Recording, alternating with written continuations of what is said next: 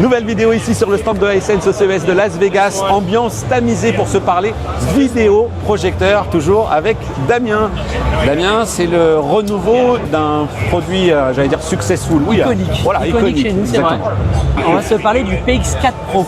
Donc certains d'entre vous connaissent peut-être notre best-seller 2025, le PX3 Pro. Et son successeur arrive en 2026, le PX4 Pro. Qu'est-ce que ça donne du côté des caractéristiques? Alors, on passe de 3000 lumens à 3500 lumens. Ok.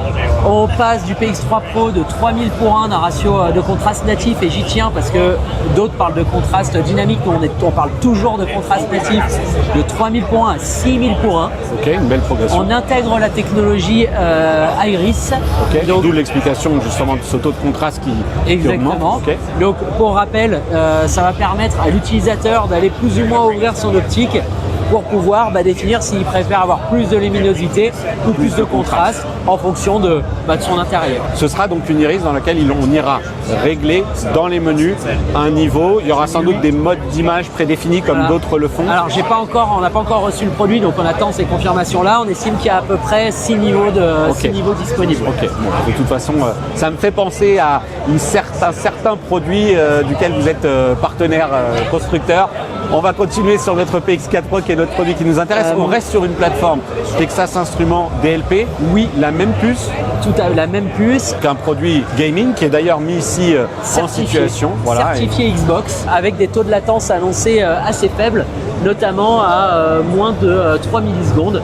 Donc on a le temps de voir évidemment et de le tester même nous en interne. Mais en tous les cas, ce sont des belles promesses. Ok, d'autres choses à dire? Ouais, déjà en termes de diagonale, le PX3 Pro allait jusqu'à 150 pouces. Avec le PX4 Pro, on va pouvoir agrandir la diagonale jusqu'à 200 pouces. Ok, parce que le ratio change peut-être.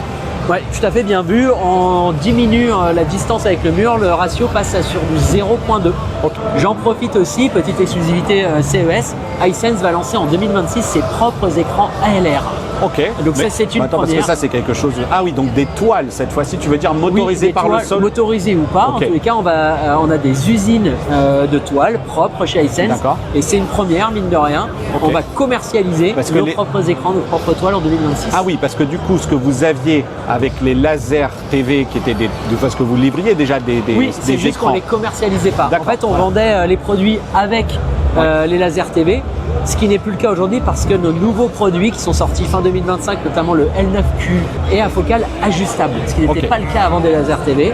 Donc maintenant, vu qu'on a des focales ajustables, on a fait le choix de ne plus fournir les produits avec leurs écrans, mais de vendre les écrans. Ce qui va bénéficier aussi à ceux qui iront vers les gammes laser cinéma, qui pourront, s'ils le souhaitent, acheter du Hisense. Et vous pourrez même, à certaines occasions, faire des offres, des packages. Voilà, on va essayer de voir comment on peut animer cela, mais surtout, en tous les cas, pour nous, ça nous permet d'être très flexible et de pouvoir proposer différentes tailles d'écran en fonction du besoin, quel que soit le produit acheté. Très bien, on va rester également attentif à cela parce qu'on sait que sur les plateformes triple laser, il peut y avoir des phénomènes sur le Rainbow Effect, sur le Speckle. Donc j'ai hâte de voir là, encore une fois, j'en vois pas là pour l'instant de Rainbow Effect, mais il y a des phénomènes qui sont plus ou moins propices à distinguer ce genre de parasites visuels. Est-ce que ce PX4 Pro, il évolue sur d'autres sujets, le design, la puissance audio, il y a des choses. Le design, il reste plus ou moins identique, il s'affine un petit peu, il change de couleur, on est sur du noir et du gris. On continue notre partenariat avec Devialet. On est sur du son Devialet, Dolby Atmos. J'ai pas encore toutes les caractéristiques précises quant à sa puissance sonore. Des choses que je compléterai avec plaisir dans les prochaines semaines. Ok. Alors pour conclure, Damien, sur ce PX4 Pro, quand est-ce qu'on s'en reparle à Paris? Qu'est-ce qu'on peut, on attend? Ça arrive quand? Est-ce que tu as une idée du prix déjà? Alors, on s'en reparle dès que possible. En tous les cas, le produit est bien prévu cette année, plutôt sur la fin d'année. On estime plutôt en octobre-novembre. Ah oui, quand même. Voilà. Vous ne serez pas sur les événements sportifs de l'été? Vous aurez peut-être d'autres choses. Pas avec cette nouveauté. On fera l'événement sportif de la Coupe du Monde pour lequel Hisense est partenaire avec le PX3 Pro notamment. Donc pour le PX4 Pro est attendu en fin d'année aux alentours de 4200 € sur des prix estimés.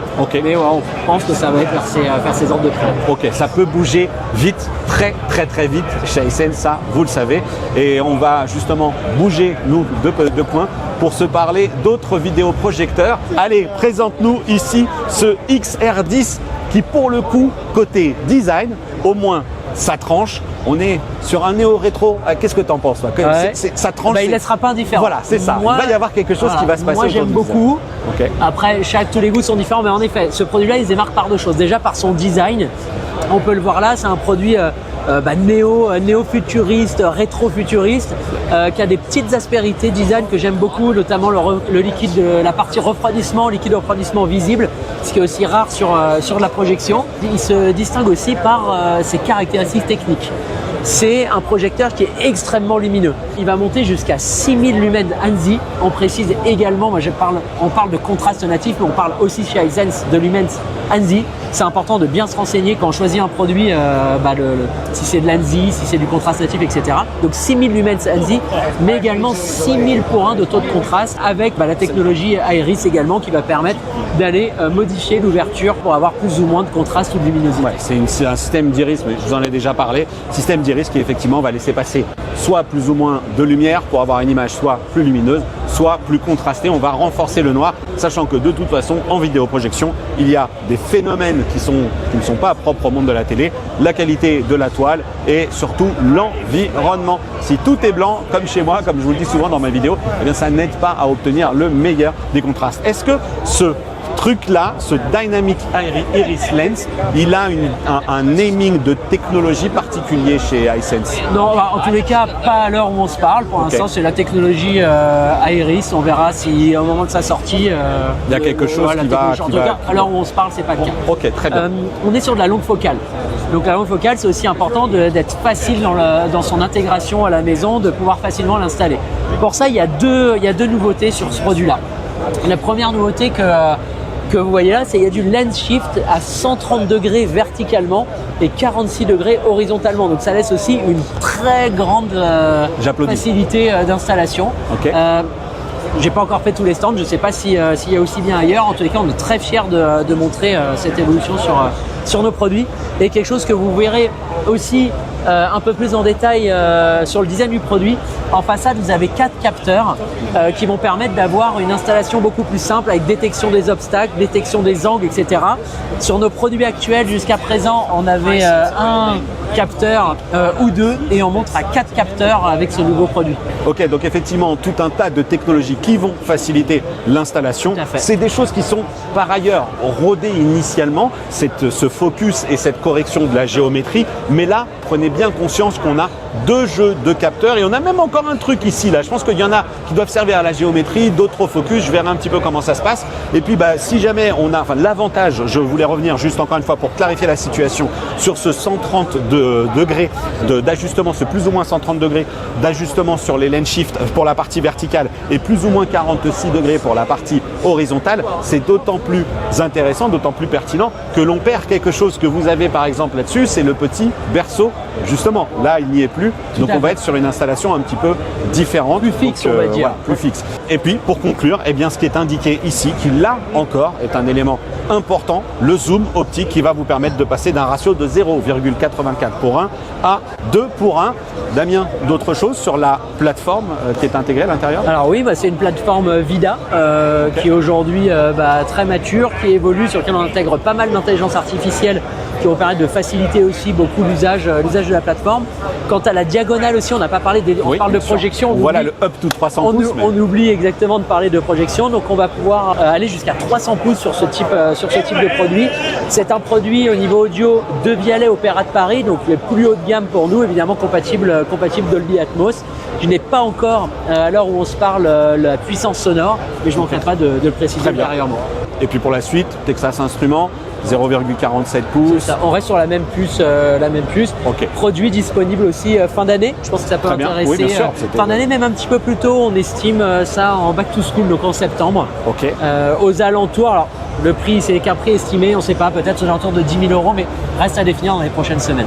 Ah oui, alors XR10 comme 10 000 €. Moi j'attends le XR2 en fait, parce que là à ce niveau-là, on a quand même sauté un petit palier. Non mais il est vrai que du coup ça tend quand même à montrer que cette évolution de plateforme et surtout le gros sujet qui est la haute luminosité également et la flexibilité d'installation. Le design ça a un coût aussi, la multiplication des capteurs qui sont à l'intérieur. Bon, encore une fois, je le disais pour le PX4 Pro, les choses évoluent vite chez Hisense. Puis il suffit qu'il y ait des concurrents qui débarquent et puis vous saurez réagir. Donc pour l'instant, ce que vous annoncez, c'est 10 000 € pour C'est ça, on découvre le produit, son design, ses fonctionnalités. Laissons le temps se faire l'année passée et puis on verra. Merci beaucoup Damien donc, pour toutes ces précisions. Et regardez, hop, on est en train de tourner et pourtant les gens passent quand même derrière, c'est trop bien. Donc n'hésitez pas maintenant, eh bien, il ne vous reste plus qu'à suivre l'actualité de ce CES, soit avec la petite vignette qui va apparaître ensuite, qui va vous mener tout simplement vers la playlist CES 2026. Sinon, tout est dans la description. Merci beaucoup Damien. Merci David. Merci pour cette patience sur le stand. Ciao tout le monde. 1000... Ben voilà, j'ai les prix là. Attends, je peux prendre une photo? Non, 4002. Non, j'ai pas le droit. Tu peux les donner déjà? Tu peux te donner là, déjà? je peux te dire 4002. Je regarde juste là si c'est Q3 ou Q4. Je vais te le donner le prix, c'est pour ça que je voulais Q4, fin d'année. Donc,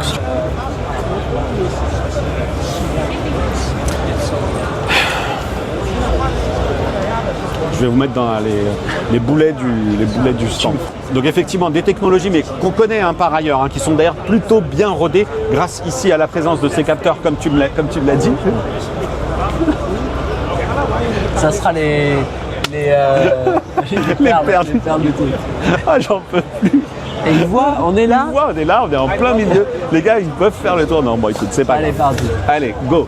Allez merci à vous d'avoir regardé cette vidéo. Si jamais vous souhaitez. Be careful.